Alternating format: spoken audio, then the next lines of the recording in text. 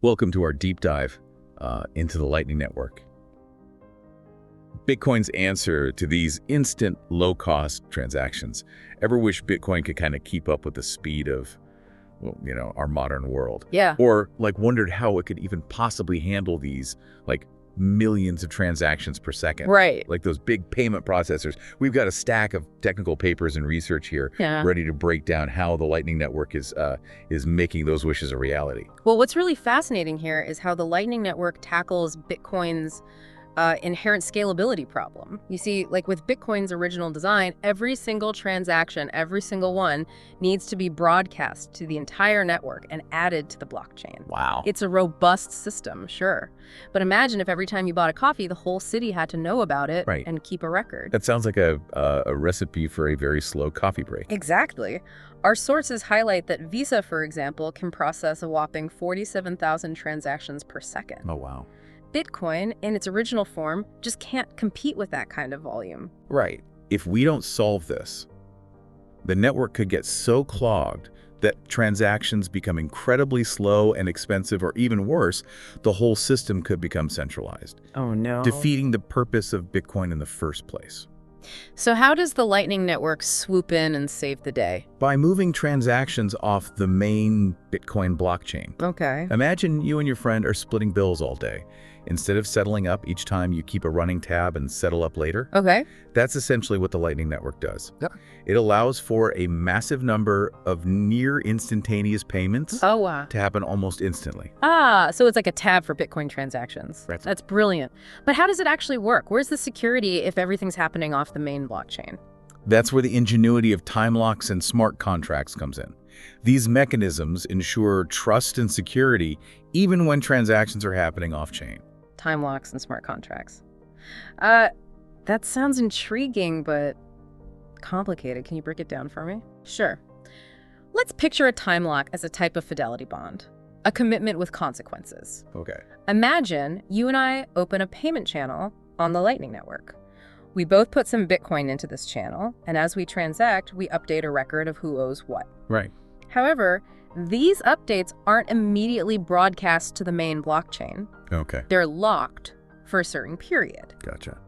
Now, if one of us tries to cheat during that period, the time lock triggers and the cheater loses all their Bitcoin in the channel. Oh, wow. It's a system designed to keep everyone honest. Okay, so time locks keep things secure, but I'm still curious about how these payments actually move across the Lightning Network.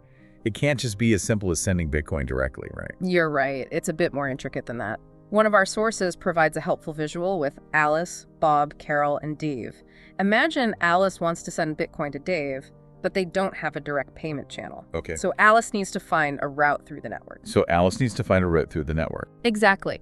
Let's say Alice has a channel with Bob, Bob has one with Carol, and Carol has one with Dave. Alice's payment can hop along this chain of channels. Oh, okay. And the time locks play a role here too, right? And the time locks play a role here too, right? Absolutely. The graphic in our research shows how each participant along the path has a slightly shorter time to act than the person before them. This is called decrementing time locks. Okay. It's like a relay race where the baton has a timer that gets shorter with each pass. Okay. It ensures everyone is incentivized to pass the payment along quickly and securely. That makes sense. But why does the Lightning Network prefer smaller payments? Because if a payment gets stuck or fails for any reason, the sender might have to wait for the time lock to expire before getting a refund. Smaller amounts minimize that risk. It's amazing how these concepts like time locks, payment channels, and routing come together to make this network function. It reminds me of the early days of the internet, all this innovation happening behind the scenes. You hit the nail on the head. One of our sources actually compares the Lightning Network to the internet in the way it routes information. It's like sending packets of data through a network of interconnected nodes, all working together to deliver the information where it needs to go. So there's a whole routing system that figures out the best path for a payment to travel through the network. That's wild. It feels like we've only just scratched the surface here. We have. But before we dive deeper into the Lightning Network, we need to understand one of its key building blocks: hashed time lock contracts, or HTLCs for short. Okay, HTLCs. Those sound familiar. Didn't we briefly touch on them earlier? We did. They're essential for routing payments across multiple channels. Okay. Think of them like the internet routers of the Lightning Network, directing payments to their destination. So they help payments reach their destination even if the sender and receiver aren't directly connected. Yes. Walk me through how these HTLCs actually work. Let's go back to Alice and Dave. Remember, they don't have a direct connection, but want to transact. Instead, the payment needs to hop through Bob and Carol. Right, I remember that from our discussion about decrementing time locks. Yes, Each participant has a shorter time to act than the one before them. exactly. Now imagine each intermediary along this payment path. Bob and Carol creates a special type of contract. That's the HTLC. What makes these contracts so special? We've already talked about time locks, so what else is there? HTLCs have two key features, a hash lock and a time lock. Okay. The time lock, as we discussed, acts as a fidelity bond. The hash lock is like a digital puzzle. A digital puzzle. How does that fit into all of this? Think of it as a cryptographic function that takes an input, a secret random number, and creates a unique output, the hash.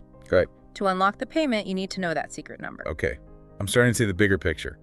So, Alice initiates a payment to Dave, but locks it up in an HTLC with Bob using a hash of Dave's secret number. Right. Then Bob creates an HTLC with Carol, and so on until the payment reaches Dave. You've got it.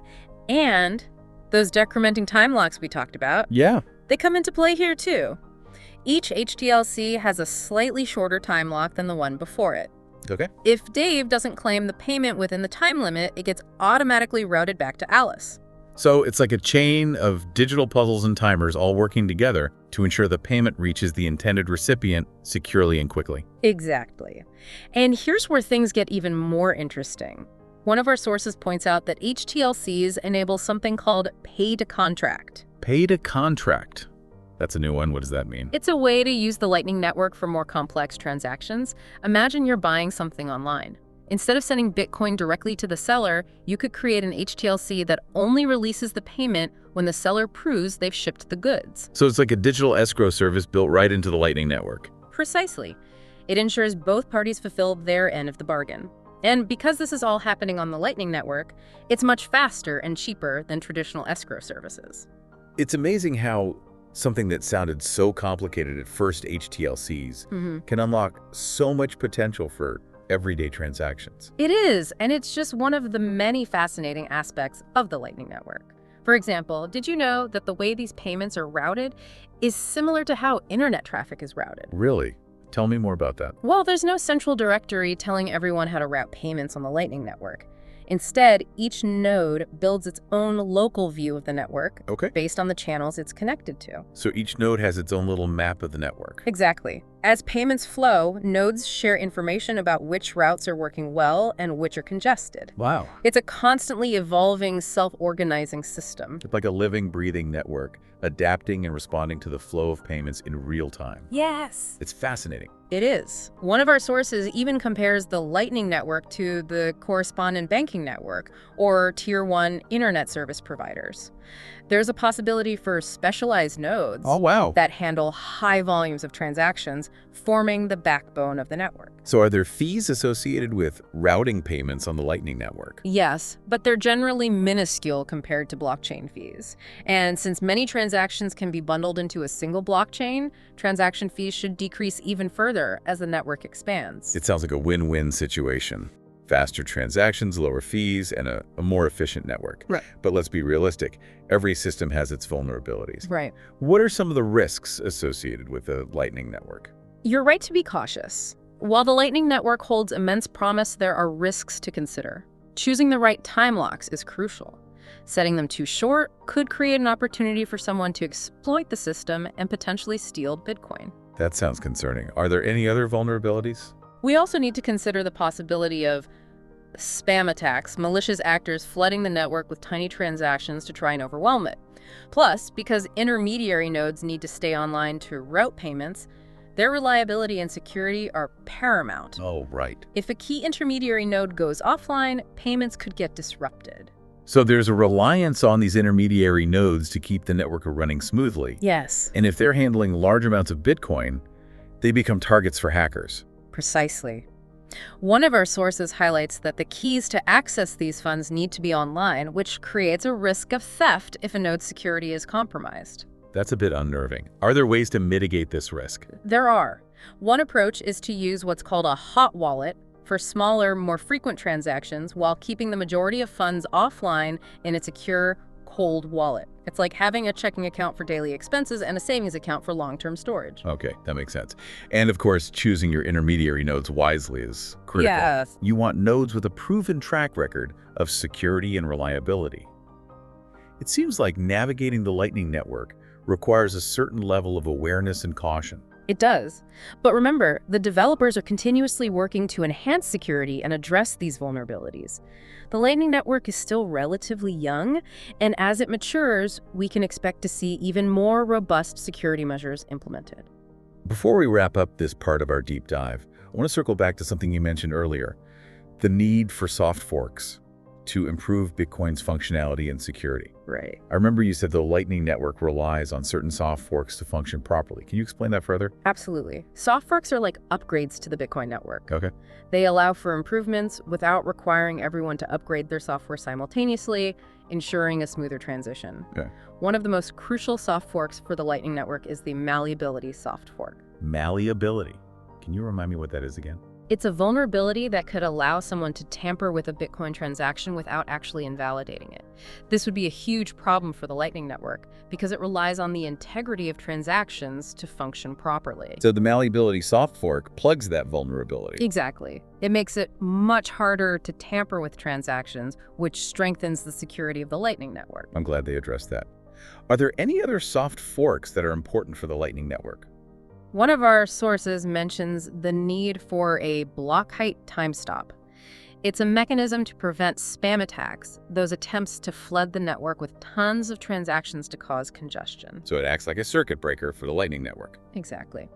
It could temporarily halt the processing of new transactions if the network becomes overloaded, preventing a complete shutdown. That seems like a crucial safety feature, especially as the network grows and handles more transactions. It's amazing how interconnected everything is. The Lightning Network is built on top of Bitcoin and relies on these soft forks to function securely and efficiently. As Bitcoin evolves, so does the Lightning Network. That's precisely right. They're not separate entities. The Lightning Network is an integral part of the Bitcoin ecosystem. Welcome back to our exploration of the Lightning Network. I'm still processing all the information from our last discussion. The way the Lightning Network uses these ingenious mechanisms like time locks, hash locks, and smart contracts to create a secure and efficient system off the main Bitcoin blockchain is truly remarkable. It is quite a feat of engineering and cryptography, and as we delve deeper into its potential applications, you'll see just how groundbreaking this technology could be. I'm eager to hear more about those applications. We touched on some exciting use cases earlier, like instant transactions, exchange arbitrage, and micropayments. Let's start with instant transactions. What does that mean for the average Bitcoin user? Imagine a world where Bitcoin transactions are as fast and seamless as, like, swiping a credit card or even faster. That's the promise of the Lightning Network. No more waiting for those sometimes, agonizing blockchain confirmation times. That would be a game changer for everyday Bitcoin use. Exactly. With the Lightning Network, payments can be settled in milliseconds, opening up a whole new realm of possibilities for Bitcoin as a practical payment method. Okay, I'm sold on instant transactions, but what about those other intriguing applications like exchange arbitrage and micropayments? Let's delve into those a bit further. Sure. Let's start with exchange arbitrage. Currently, trying to capitalize on price differences between various cryptocurrency exchanges is a slow and often frustrating process due to blockchain confirmation times. But with the Lightning Network, you could move Bitcoin between exchanges almost instantaneously. So traders could react to price fluctuations much faster and take advantage of those price differences more efficiently. Precisely. This could lead to a more liquid and balanced cryptocurrency market, benefiting both traders and the overall stability of the ecosystem. That makes a lot of sense. And what about micropayments? This is a concept that has always held a lot of promise, especially for online content creators. How does the Lightning Network make true micropayments a reality? Imagine a world where you could easily pay for online articles, videos, or even individual social media posts with tiny fractions of a Bitcoin without incurring high transaction fees. That's the power of micropayments enabled by the Lightning Network. It's like paying for each sip of coffee instead of the whole cup. Content creators could finally monetize their work directly without needing to rely on intrusive ads or subscription models. Exactly. And consumers would have more flexibility and control over how they consume and pay for content online. It could fundamentally change the relationship between content creators and their audiences. It's amazing to think that something as seemingly simple as making small instant payments could have such a profound impact on the online content landscape. Are there any other potential game-changing applications for the Lightning Network that we haven't discussed yet? One of the most exciting and potentially transformative applications is cross-chain payments. Imagine being able to send value between completely different blockchains seamlessly. Whoa, hold on. Cross-chain payments. That sounds like something straight out of a science fiction novel. How is that even possible? It might sound futuristic, but with the Lightning Network, it's closer than you think. We could see a future where transferring value between different blockchains is as easy as sending an email. So I could theoretically send Bitcoin to someone who only holds Ethereum or vice versa without needing to use a centralized exchange. Exactly. It could eliminate the need for those intermediaries and create a more interconnected and interoperable cryptocurrency ecosystem. This is all incredibly mind-boggling. The potential applications of the Lightning Network seem limitless. But before we get too carried away with all the positive aspects, we need to address the elephant in the room, the risks and challenges associated with this technology. We touched on security concerns earlier, but are there any other potential downsides or limitations we should be aware of? You're right, no technology is without its limitations. One potential challenge with the Lightning Network is its relative complexity compared to simply sending Bitcoin on the main blockchain. Users need to understand concepts like channels, routing, and time locks to use it effectively. So there's a learning curve involved for users who are accustomed to the more straightforward process of on-chain Bitcoin transactions. Yes, but the good news is that user-friendly wallets and interfaces are being developed to make the Lightning Network more accessible to the average person. As the technology matures, we can expect to see even more intuitive and user-friendly ways to interact with it. That's encouraging here. What about scalability concerns? We talked about how the Lightning Network solves Bitcoin's scalability problem, but can the Lightning Network itself handle massive adoption and transaction volumes? That's a valid question. As the network grows and more channels are opened, the routing process could become more complex and potentially lead to congestion or delays. This is an ongoing area of research and development, and various solutions are being explored to ensure the Lightning Network can scale effectively to accommodate widespread adoption. So it's not a guaranteed slam dunk just yet. There are still hurdles to overcome. That's true. However, the potential benefits of the Lightning Network are so significant that there's a strong incentive for developers and researchers to continue innovating and finding solutions to these challenges. It's like we're witnessing the early stages of a technological revolution. There will inevitably be bumps along the road, but the destination, a world of fast, cheap, and seamless transactions, seems well worth the journey. I agree. The Lightning Network is a testament to the power of human ingenuity and the relentless pursuit of innovation in the world of finance and technology. It's inspiring to see how this technology is evolving and pushing the boundaries of what's possible with Bitcoin. I'm curious to hear more about the philosophical implications of the Lightning Network.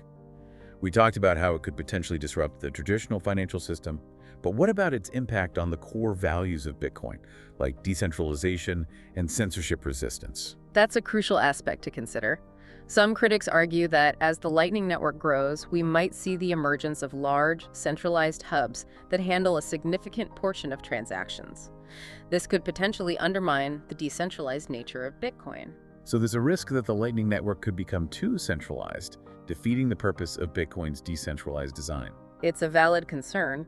However, proponents of the Lightning Network argue that these hubs would still be subject to market forces and competition, preventing any single entity from gaining too much control. So it's a delicate balance between efficiency and decentralization. Are there any other philosophical considerations we should be aware of? Another aspect worth pondering is the impact of the Lightning Network on privacy. While on-chain Bitcoin transactions can be pseudonymous, the Lightning Network requires the creation of payment channels between parties, which could potentially reveal information about their transaction history. So there's a trade-off between speed and privacy. Potentially. However, various techniques are being developed to enhance privacy on the Lightning Network, such as using onion routing to obfuscate payment paths and trampoline payments to mask the sender and receiver's identities. It's reassuring to know that privacy is being taken seriously as the Lightning Network evolves.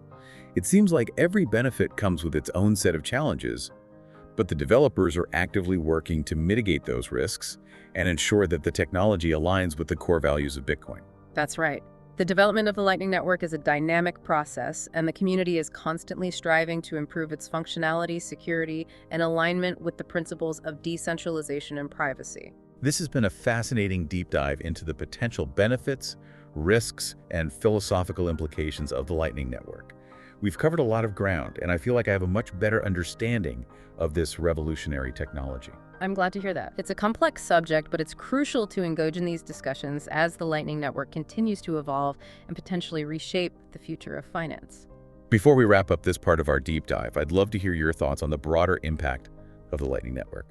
We've talked about its potential to transform the financial landscape, but what about its implications for society as a whole? Could it potentially empower individuals and communities in ways we haven't even imagined yet? That's a fascinating question. One of the most intriguing aspects of the Lightning Network is its potential to enable financial inclusion for people who have been excluded from traditional banking systems. Imagine individuals in developing countries gaining access to financial services simply by using their smartphones and the Lightning Network. It's incredible to think that this technology could bridge that gap and empower people in ways that were previously unimaginable. Precisely. And it goes beyond just financial inclusion. The Lightning Network could facilitate new models of collaboration and value exchange, empowering individuals and communities to interact and transact with each other in more efficient and equitable ways. It's like the Lightning Network is creating a parallel financial system, one that operates outside the constraints of traditional institutions and empowers individuals to take control of their finances. That's a powerful way to put it. And as the technology continues to mature and adoption grows, we can expect to see even more innovative and disruptive applications emerge, potentially leading to profound societal transformations. This conversation has truly opened my eyes to the vast potential of the Lightning Network. It's not just a technical marvel, it's a catalyst for social and economic change. I couldn't agree more. The Lightning Network is a testament to the power of human innovation and the potential of technology to create a more inclusive and equitable world. This has been an incredibly insightful and thought-provoking discussion. I'm eager to continue our exploration in part 3, where we'll delve into some specific, real-world examples of how the Lightning Network is being used today and explore its future prospects. Stay tuned. Welcome back to the Deep Dive. We've spent the last 2 parts exploring the intricate mechanics and potential of the Lightning Network, but now I kind of want to see it in action. Right. It's one thing to understand the theory, but seeing how it's actually being used in the real world really brings it home. Yeah. What are some compelling examples of how the Lightning Network is being utilized today? Well, one area where we're seeing significant adoption is in online payments. Several platforms and plugins allow users to pay for digital goods and services, using the Lightning Network. So instead of using a credit card or traditional Bitcoin transaction, you can pay for things like online articles or even donations with lightning speed and minimal fees. That's right. And it's not just limited to small transactions. Some platforms are processing larger payments, like remittances, using the Lightning Network. That's fascinating. Remittances are a huge global market, and often traditional methods come with high fees and slow processing times. The Lightning Network could be like a game changer for people sending money across borders. Absolutely.